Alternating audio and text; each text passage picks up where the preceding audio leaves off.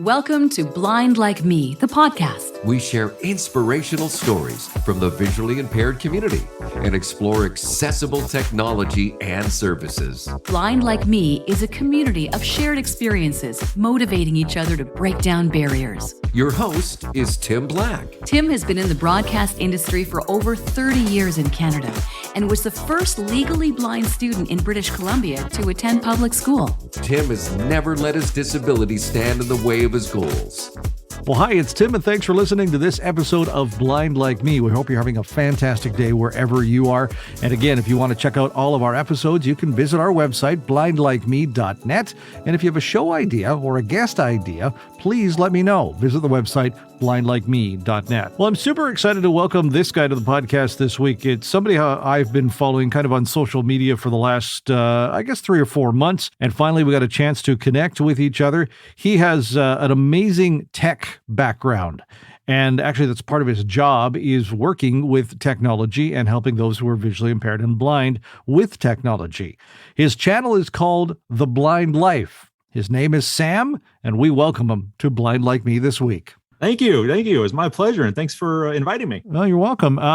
Before we get into like the blind life and stuff like this, I'd like to find out a little bit about people. So let's find out a little bit about you, your vision and life experiences and stuff like that. So tell me a little bit about yourself and how this journey as a visually impaired person started for you. Yeah, absolutely. So I was diagnosed at age 11 with Stargardt's disease.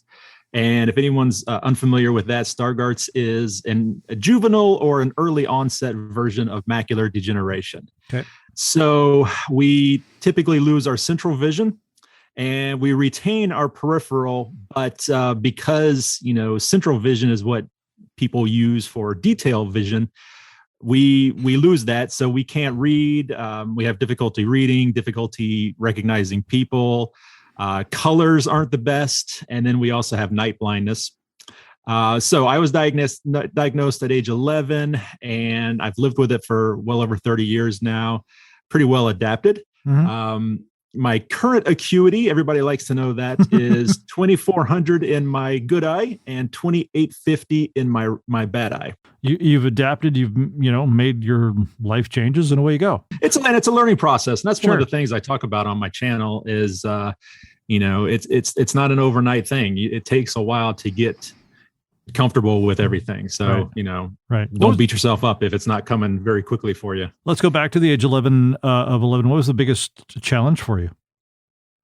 You know what? I people ask me that, and I don't really recall much. I recall getting the diagnosis. I recall going to the eye doctor, and being terrified of all the tests and all of that, and pretty certain my parents were trying to kill me, and this doctor was trying to kill me.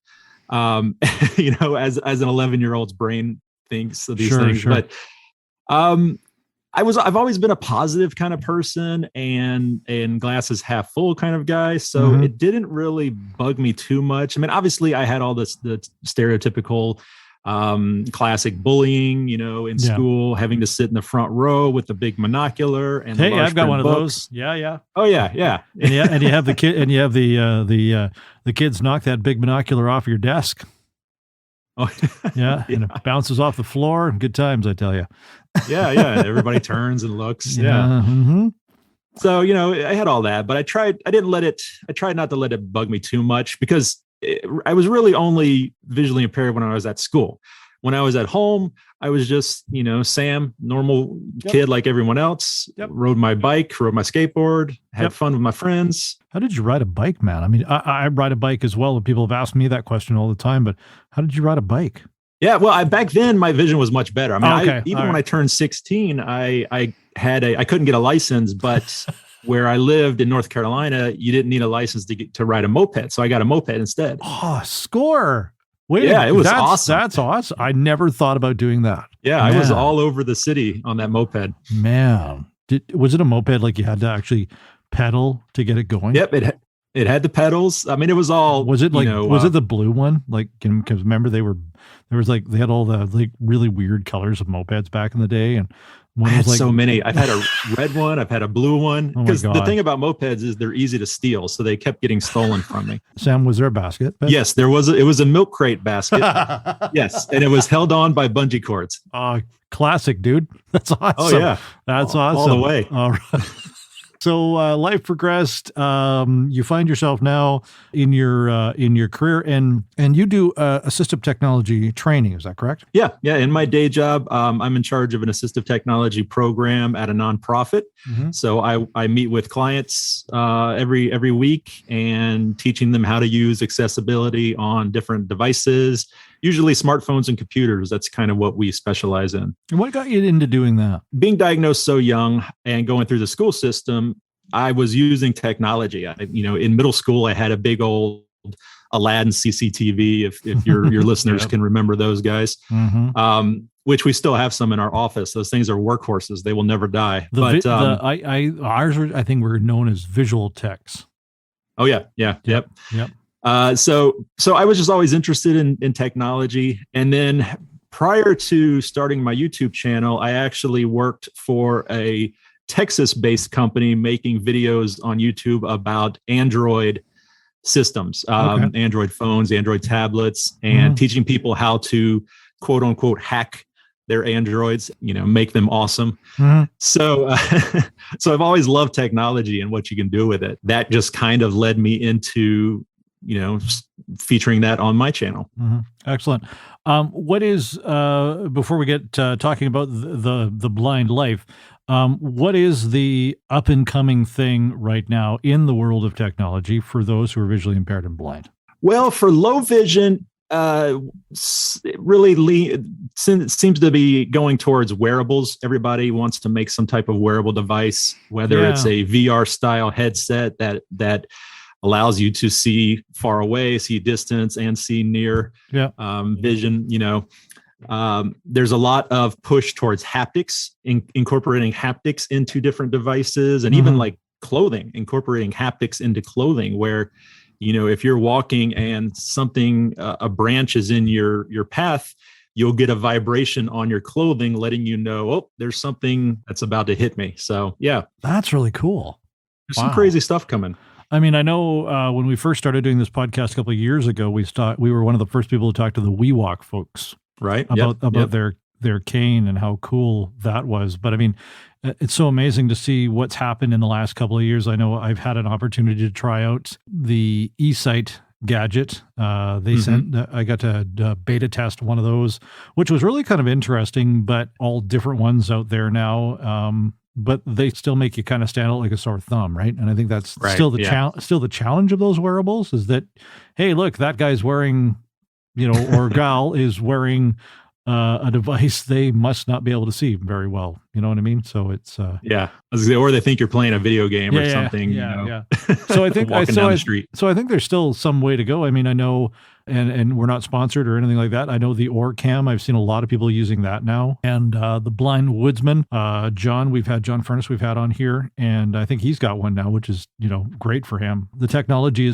is always evolving, which is really cool. It is, yeah. It is. It makes it difficult to keep up with, but it just breeds innovation.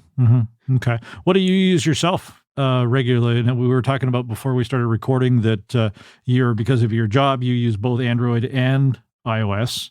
But what are other little things that help you throughout your day? Yeah, you know what? I'm actually a very simple person, and my wife teases me because as I'm handing her the mail and asking her to read this for me, she says, "You've got like all this amazing assistive technology, and you still want me to read it?" I'm like, "Yeah, because it's faster." I'm the same way. I can put my glasses on and read it if I really want to, or I could, open up an app on my phone and have it read. But yeah, here you go. Yeah, right.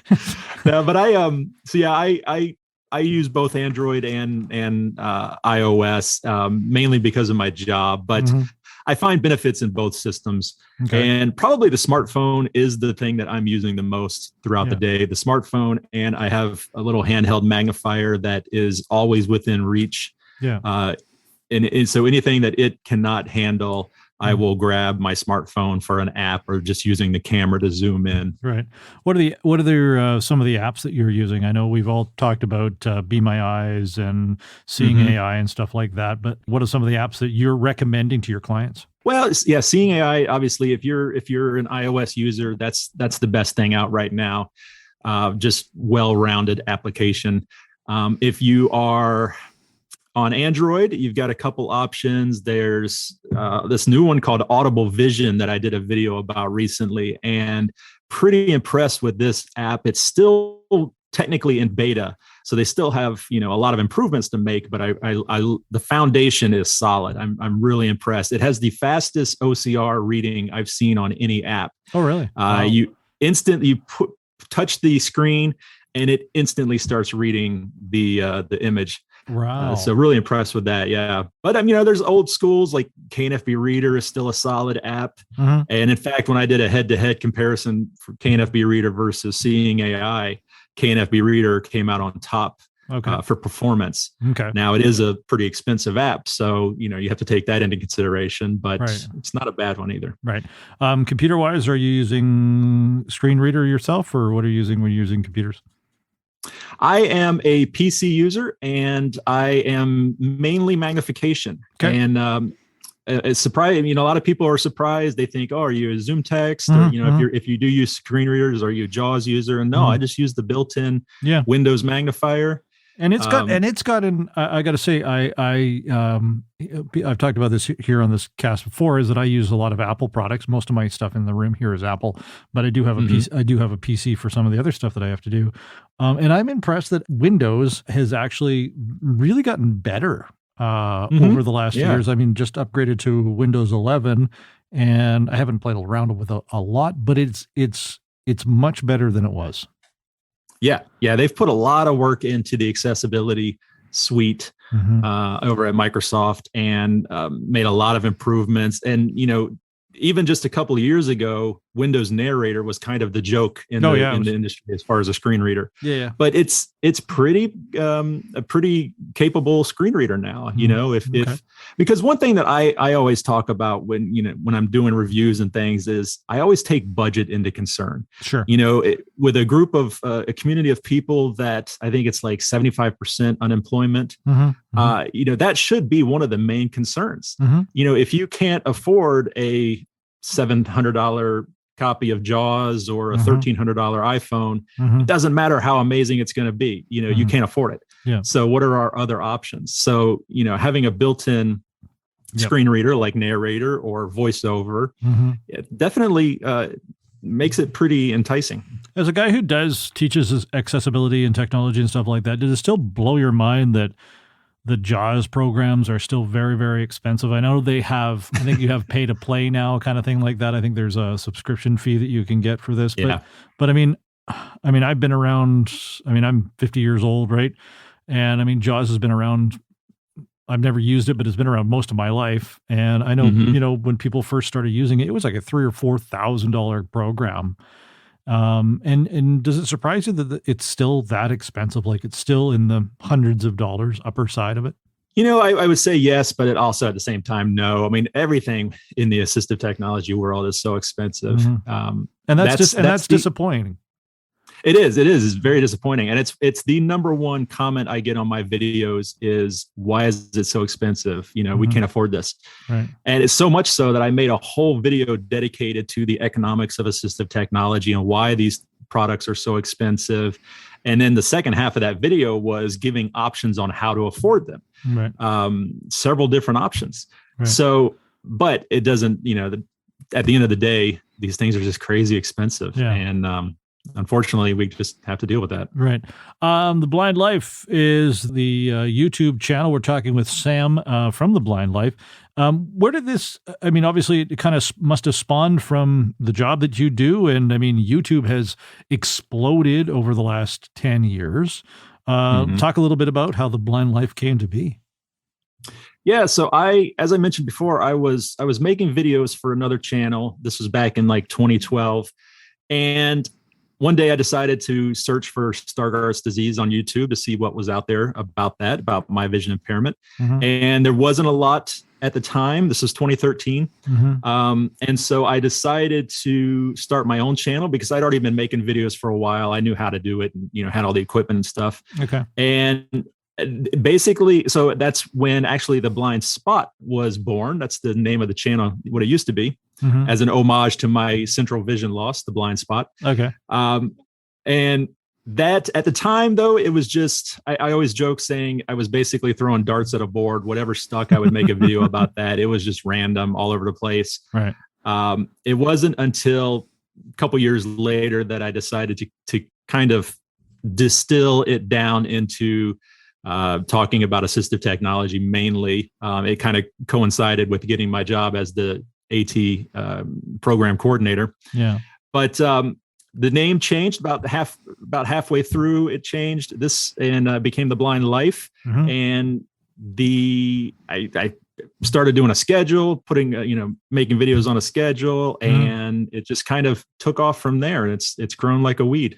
That's awesome, man. I mean, it's got a great following, and I know I've watched several of your videos, and I think it's really, really well done. How are you filming it? How, I mean, this is a question obviously somebody would ask who's fully sighted as a guy with low vision. How are you filming it? Like, how's that all done? Yeah, it's not easy. Let me tell you. I mean, living in a visual medium. Yeah, no doubt, right? I mean, I have not ventured into the YouTube world yet. I think, it's one of those things I have just never done. I've always been on the audio side of things, and I'm always super impressed by people who do video. I have played around with video editing and stuff like that myself, but I've never been on that side of things. So I hats off to you, man. Well, thank you. Yeah, well, I appreciate it. I couldn't do it without assistive technology, honestly. If my computer, well, first of all, my camera, I've got little tips and tricks for recording yourself with low vision. In fact, I've made a whole video on how to create your own YouTube channel with low vision, and tips for recording yourself, for lighting, for editing, all of that. Once I get to the editing process, well, one of my tips I'll share with you is that I always shoot my shots wide. Okay. Because I can never be sure of the composition in the camera. So I always shoot extra wide so that when I'm editing and I'm zoomed in, magnified 600-700%, I can get my composition set in the editing program. Okay. And what are you filming? What are you filming with? I'm a Sony shooter, so I've got I just bought actually brand new Sony A7 IV that just released in December. Pretty excited about that. And then I've got a couple smaller Sony cameras for my B cameras. Okay, cool. You do more than tech stuff though on your Blind Life. You've got some other stuff you've kind of done too. Yeah, because I like to say that my main focus is assistive technology and getting the information out to the community about what's available. But I also like to focus on the life side of the Blind Life. So I share, things that I've learned over my 30 plus years living with low vision. I do interviews with amazing blind people and, do tips and tricks videos. I even have, I'm a bit of a smart aleck, I guess you could say.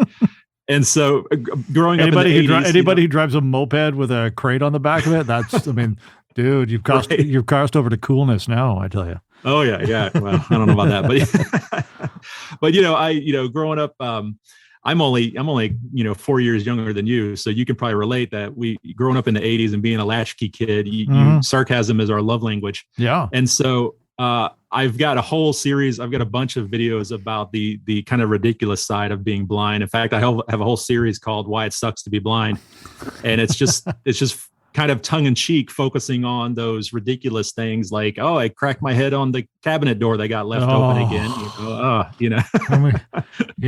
I feel, as soon as you say that, it's funny because I can feel your pain for that because, my, growing up, when my kids were growing up, they would leave the cupboard open and I would turn around and just whack. And you're just like, okay, just keep on moving while you see the stars in your eyes and you try not to pass out. So I feel your pain there. How does things work with you and your wife? Now, is she sighted or is she visually impaired as well? She's sighted. Yeah, she's fully sighted. It's fantastic. We've been married for over 20 years now. We have a whole series on our channel called Couples Q&A, where we talk about dating a visually impaired person, marriage, Right. home life, raising children, Right. all of that. Right. But she's fantastic. She's actually my CFO for my blind life company, and she takes care of all my financial stuff, which is fantastic because I'm terrible at that. It's not even a blind thing. I hate numbers. Hey, my wife does exactly the same thing, which is hilarious. There you go. It must be wives. They're just good at math and stuff. Yeah, I guess. I mean, one and one are four, right? So, right. But she helps also with like live streams. We just did a live stream last night on YouTube and Facebook, and she joins that and she answers the chats or reads the chats for me. And nice. We have great on camera chemistry, I guess you could say. Let's talk a little bit about the success that everybody is having on TikTok right now. Much like yourself, you're on TikTok. There's a lot of visually impaired and blind creators on TikTok. Yeah, it's been interesting for me. It's definitely been a learning process. Coming from YouTube, where it's long format video. I mean, on average, my videos are 10 minutes. I could even do a 20-minute product review video. And then coming over to TikTok, where they're like 1 minute or maximum 3 minutes. Yeah. And I'm like, well, how am I supposed to get everything I want to say in 3 minutes? This is impossible. But so it's been definitely a learning curve for me. But you're right. There's a crazy awesome community of blind content creators on TikTok. Mm-hmm. And many of them are doing really well. Yeah. And it's crazy. Once again, coming from YouTube, it's a different beast as far as viewers and subscribers versus views and followers. I can make a dumb little TikTok that, is a minute of me sitting in a car talking about something. And all of a sudden I wake up the next day and it's got, 8,000 views. Yeah. Like, that's insane. Yeah, it's pretty wild. I think what I find very interesting and kind of intriguing is the fact that all of these people are connecting with each other, and they're starting to almost help each other out. Like it has become more of a community, kind of like what you do with your YouTube channel, and what we do with this podcast is we're all connecting with each other, which I think is fabulous. And there's really not a lot of editing to do for TikTok, right? But for your YouTube channel, editing must be crazy for you. It is. Yeah. Tell me a little bit about that. Yeah, I spend most of my time. So on average, a single YouTube video could take about 20 or so hours to produce. And a good 2/3 of that is in the editing process. Wow. Because it's just like with anything with us, it takes about 3 times as long to do anything for us.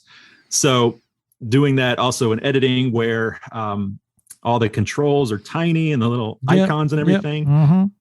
I utilize keyboard commands a lot, and I've customized my keyboard commands in the editing the editing software that I use to make it as easy as possible and as streamlined as possible for me. Nice. I even have a mouse that has multiple thumb buttons and stuff, and I've customized all those buttons for different commands in the editing process. Right. But it still just takes so long because I'm zoomed in. Yeah. I did a whole video showing how I edit. I screenshot or screen captured the whole process. Yeah. And, just to show people what's involved with it. What advice would you have for the blind community going forward in 2022? And on the other side of that, what advice do you have for the sighted community? The blind community, well, most of the people I making my videos for are those who are newly blinded. They're losing vision possibly later in life, and they're not sure how to navigate those waters. So I always let them know that the biggest motto I have for my channel is that it's going to be all right. It's going to be okay. You're going to be fine. I know it's incredibly terrifying right now, and there's, that sense of loss, and it's very emotional, but it's going to be all right. You're going to be able to do most of everything you want to do within reason. Right. You're just going to have to learn the new way to do it. And you totally can. Some of the most amazing people I've ever met in my life were totally blind. Yeah. Couldn't see a thing and just living their best blind lives. So, that's the theme of the channel is it's going to be all right. You just got to have a positive attitude, and determination. Totally agree. Advice for the sighted community? Just keep it going. Accessibility and inclusivity. I think I said that correctly. Mm-hmm. That's kind of the hot thing right now. It's the sexy thing. Let's make everything, no barriers. Accessible. Yeah. And that's fantastic. There's still a long way to go. And we're talking about TikTok. The app isn't very accessible at all. So, and there was a big complaints about that many months ago about that. Yeah. Oh, yeah. I know they've kind of updated some things with this last update on TikTok, but they still have a long way to go. And that's the thing. We're doing great, making progress, but we still have a long way to go. So keep it going. How do we get better? Part of that is listening to the community. I've done a couple consultations recently with big companies on their apps or their programs and wanting to know how to make it better, more accessible. And that's just it. You listen to the community. If it's a room full of people with perfect vision, how are you going to know what needs to be done? You need to reach out to the community and get their advice on it. Okay. I like that. Sam, give me your website and places that people go check you out so they can see you. Absolutely. The website is theblindlife.net. That's THE blindlife.net. If you need to send me an email, you can send it to sam@theblindlife.net. YouTube is just youtube.com/theblindlife. Basically, if you Google The Blind Life, you'll find pretty much everything. Awesome. Sam, thanks very much for spending some time with us, man. You're an awesome dude. And I love the fact you rode a moped. That's going to stay in my mind forever. That's awesome. Thanks for listening to Blind Like Me. If you have a story idea or you'd like to share information about new assistive technology, visit us at blindlikeme.net. or send an email to info@timblackonair.com. Blind Like Me is a timblackonair.com production.